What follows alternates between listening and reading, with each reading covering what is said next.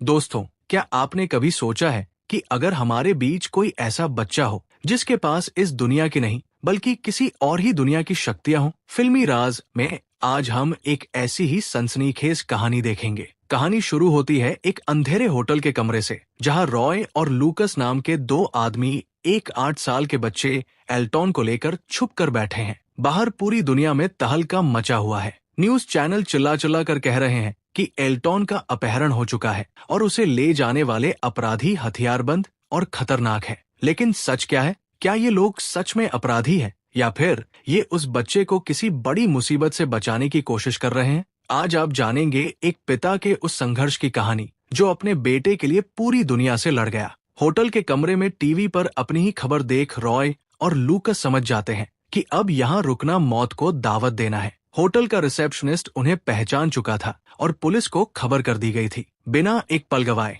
ये दोनों एल्टॉन को लेकर कार में बैठते हैं और रातों रात वहां से निकल पड़ते हैं। पुलिस को शक था कि वे टेक्सास की तरफ जा रहे हैं। अपनी पहचान छुपाने के लिए लूकस एक खतरनाक फैसला लेता है। वो चलती कार की हेडलाइट्स बंद कर देता है और नाइट विजन गॉगल्स पहनकर गाड़ी चलाने लगता है ताकि अंधेरे में पुलिस के हेलीकॉप्टर उन्हें देख न सके। एल्टॉन भी पीछे की सीट पर गॉगल्स लगाकर कॉमिक्स पढ़ रहा था। लूकस उसे फ्लैशलाइट बंद करने को कहता है क्योंकि एक छोटी सी रोशनी भी उन्हें सलाखों के पीछे पहुंचा सकती थी।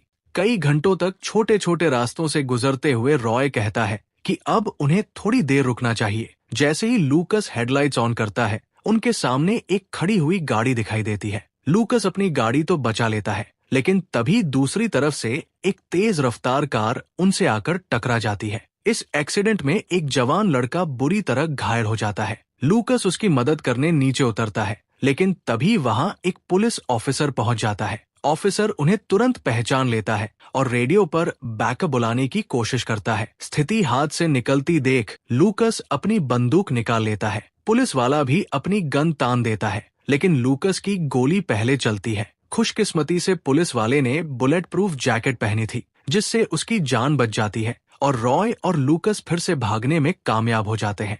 वहीं दूसरी तरफ टेक्सास के एक धार्मिक कल्ट में पास्टर केल्विन अपने अनुयायियों के सामने खड़े होकर कुछ अजीबोगरीब नंबर बोल रहे थे। ये नंबर किसी सीक्रेट मैसेज की तरह लग रहे थे। तभी वहां FBI की टीम पहुंचती है और पास्टर को हिरासत में ले लेती है। पूछताछ के लिए एक्सपर्ट पॉल को बुलाया जाता है। पॉल जब पास्टर से उन नंबरों का मतलब पूछता है तो पास्टर एक चौंकाने वाला खुलासा करते हैं। वो बताते हैं कि ये नंबर उनके नहीं बल्कि एल्टॉन के हैं। एल्टॉन कोई मामूली बच्चा नहीं है, उसके पास अजीबोगरीब शक्तियां हैं। वो सैटेलाइट के सिग्नल्स को हवा में ही सुन सकता है और भविष्य की बातें बता सकता है। पास्टर ने एल्टॉन को एक भगवान की तरह पाल रखा था, लेकिन रॉय, जो एल्टॉन का असली पिता है, उसे वहां से ले भागा है। रॉय और लूकस एल्टॉन को लेकर अपने एक पुराने दोस्त एल्डन के घर पहुंचते हैं। एल्डन उन्हें पनाह तो देता है, लेकिन घर की खिड़की दरवाजों पर मोटे पर्दे लगा देता है क्योंकि एल्टॉन को सूरज की रोशनी से बहुत दिक्कत थी।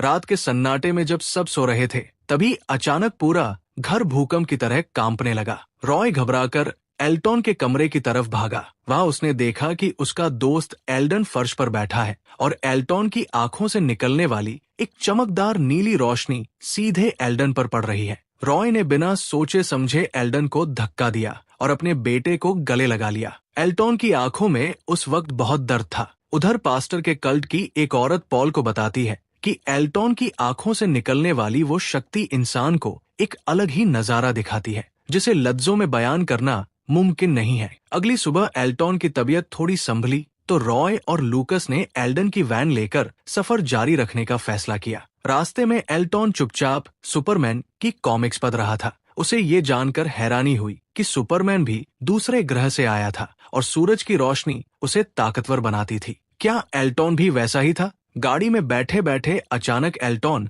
अजीब भाषा बोलने लगा। लूकस ने जब रेडियो ऑन किया तो वही आवाज गूंज रही थी जो एल्टॉन बोल रहा था। वो हवा में तैर रहे रेडियो सिग्नल्स को पकड़ रहा था। रॉय समझ गया कि एल्टॉन की शक्तियां बढ़ रही है और सरकार के लिए उसे ट्रैक करना अब और भी आसान हो जाएगा। सफर के दौरान वे एक गैस स्टेशन पर पेट्रोल भरवाने रुके। रॉय ने अपनी पहली पत्नी सारा को फोन किया और उससे मदद मांगी। इसी बीच एल्टॉन चुपचाप गाड़ी से बाहर निकलकर आसमान की तरफ देखने लगा। रॉय उसे वापस गाड़ी में ले ही जा रहा था कि तभी आसमान में एक अजीब सी हलचल हुई। ऊपर से जलता हुआ मलबा और आग के गोले गिरने लगे। आसमान से गिरती हुई सैटेलाइट ने गैस स्टेशन को तहस-नहस कर दिया। रॉय ने तुरंत एल्टॉन को वैन में डाला और वहां से भाग निकले। इस घटना ने एल्टॉन के शरीर पर बुरा असर डाला। उसकी नाक और कान से खून बहने लगा। रॉय को अब एहसास हो गया था कि एल्टॉन अपनी शक्तियों को काबू नहीं कर पा रहा है। रॉय एल्टॉन को लेकर अपनी पत्नी सारा के घर पहुंचा। सारा अपने बेटे को सालों बाद देखकर फूट फूट कर रोने लगी। बचपन में जब एल्टॉन की शक्तियां पहली बार सामने आई थी तो सारा डर गई थी और उन्हें छोड़कर चली गई थी, जिसका पछतावा उसे आज भी था। रॉय ने सारा को बताया कि एल्टॉन ने उसे कुछ खास कोऑर्डिनेट्स यानी एक जगह का पता दिया है। उस जगह पर उन्हें 6 मार्च को पहुंचना है। रॉय को नहीं पता था कि वहां क्या होगा, लेकिन वो जानता था कि एल्टॉन का भविष्य वही सुरक्षित है। अब उनके पास सिर्फ 3 दिन बचे थे और पास्टर के गुंडे डुआक और लेवी अभी भी उनका पीछा कर रहे थे।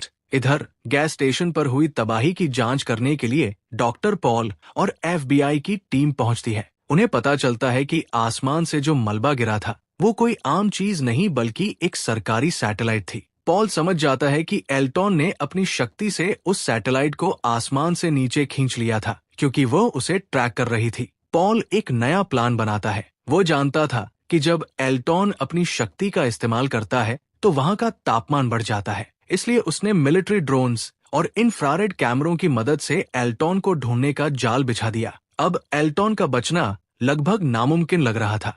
रात के अंधेरे में रॉय, सारा और लूकस एल्टॉन को लेकर फिर से सड़क पर निकल पड़े। रास्ते में एल्टॉन की हालत बिगड़ने लगी। उसे सांस लेने में तकलीफ हो रही थी। तभी एल्टॉन ने इशारा किया कि वे लोग आ रहे हैं। आसमान से मिलिट्री के हेलीकॉप्टर और ड्रोन्स की रोशनी उनके ऊपर पड़ने लगी। रॉय ने लूकस और सारा को एक होटल में छुपने के लिए कहा और खुद एल्टॉन को लेकर पास के जंगलों की गुफा में चला गया। सुबह होते ही एल्टॉन ने एक अजीब जिद की। उसने कहा कि वो सूरज को देखना चाहता है। रॉय को डर था कि सूरज की रोशनी उसे मार देगी, लेकिन जैसे ही सूरज की पहली किरण एल्टॉन पर पड़ी, वो दर्द से चीखा और फिर उसके शरीर से एक ऐसी चमकदार ऊर्जा निकली जिसने सबको हैरान कर दिया।